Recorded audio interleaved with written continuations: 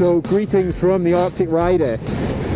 After raising over £8,000 in the last 6 years doing various different charity challenges, from my 2 separate Arctic rides, finally making it there in 2014, and the Iron Butt Challenge in 2016, I'm ready to take on probably my most dangerous challenge yet.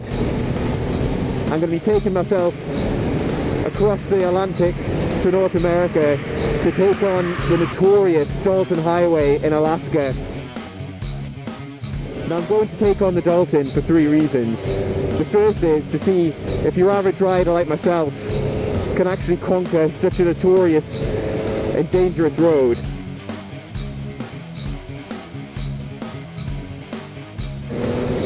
The second reason is to find out, is it actually as dangerous as a lot of people say?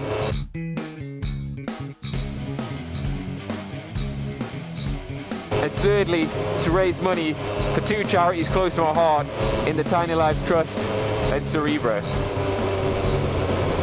If you'd like to find out more and keep up to date with my progress, you can search me on Facebook under the Arctic Rider, Twitter at @ArcticRide2014, and on YouTube under the Arctic Rider.